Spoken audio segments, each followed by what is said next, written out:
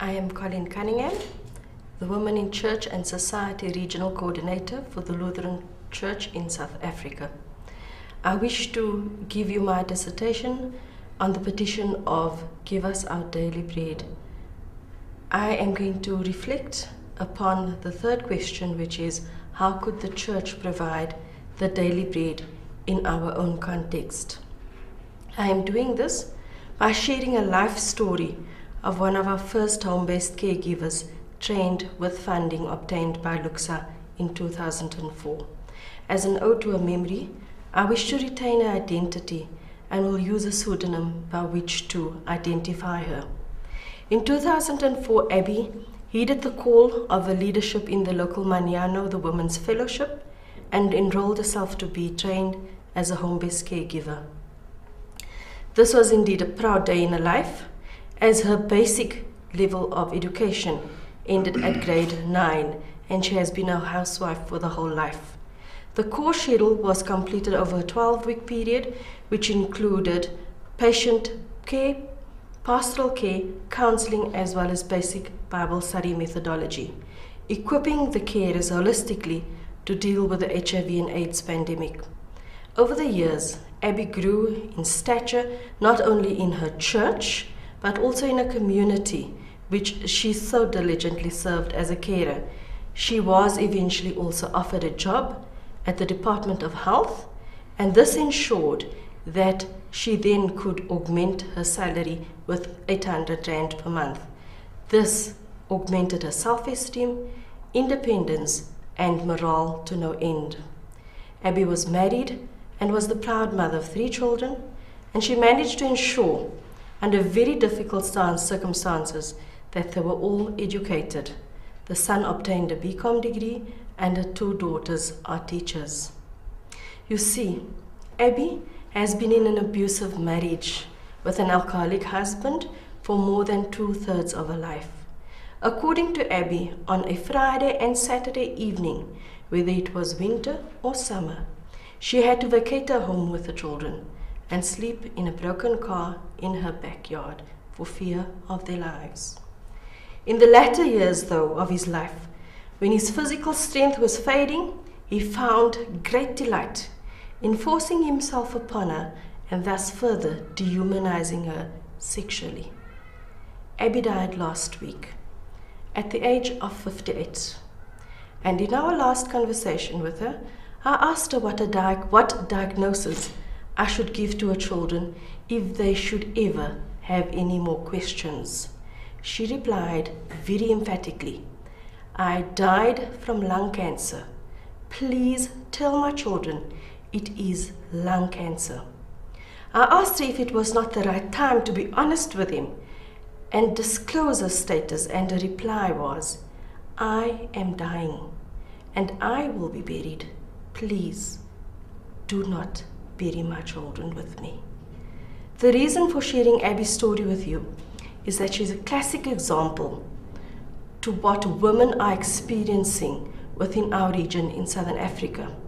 As a woman with the feminization of the disease, classed as the most vulnerable in society, where 60% of all women within the SADC region are HIV positive, I'm amazed at her strength and the strength of all our women, their tenacity and courage in which our women bear the disease.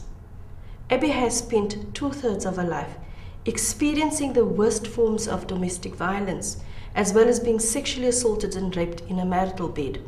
Thus, we are also addressing the Millennium Development Goals, which is number 6, and that is our combat of HIV and AIDS, malaria, and other diseases. The risk factors for our women keeps on rising. For Abby, there was no protection of her human rights. There was no support, no care, as she was in fear of being stigmatized, ostracized, and victimized. To her, the act of making love, the selfless giving of yourself to your life partner, was demeaned to that of an act of defilement and desecration. As a mother, her main concern, however, was to protect her children by not divulging her HIV positive status.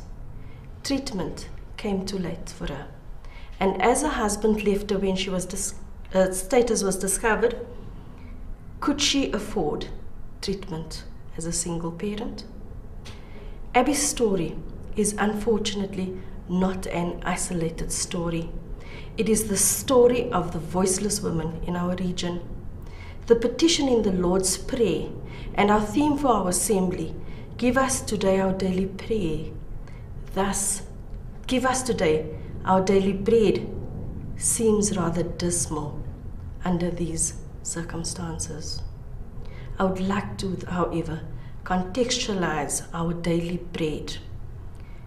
Contextually, we as the church could provide daily bread in the following manner: continuous advocacy and prevention programs at all levels within the structures of the church, emphasis on specialized training to be afforded to all church leaders, as well as implementation and mainstreaming within the curricula at seminaries for ordained as well as non-ordained personnel. Prevention of mother-to-child transmission, programs to be facilitated, especially in our ufuzanas and manianos.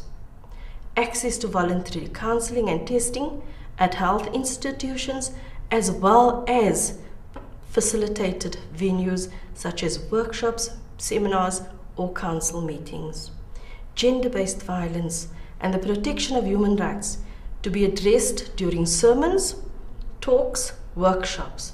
This would also comply with Millennium Development Goal 5 to improve maternal health. Poverty alleviation. South Africa's poverty levels have increased to 47%. Due to the dependency on the husband's salary, most women are most likely to stay on in an abusive relationship.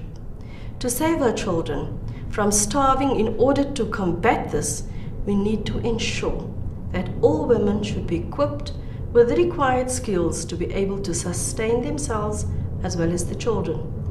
We do not all need to be graduates.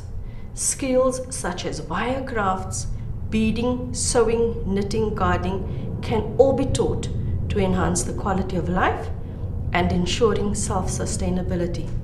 Continued partnerships between alliance partners as well as our ecumenical partners and other civil societies, as well as our NGOs, provincial and national governments, are essential. In closure, the scenario within the SADC region for our young girl and boy children and women, the most vulnerable within our society, are yet again to be impacted upon, with the intention of the South African government in reviewing the Sex Workers Act of 1957 to decriminalize it in its entirety. This would be disastrous. This would have disastrous repercussions not only in South Africa, but also in our neighboring countries, where young boy and girl children are already being trafficked across borders and port cities to be trained as sex workers. As Lutheran Communion within the South Africa region, it is our aim and goal to ensure that all our members who are created in the image of God be protected, be in a safe environment, be secure, and obtain maximum support. In ensuring this, we could thus effectively be giving our members their daily bread today. Amen.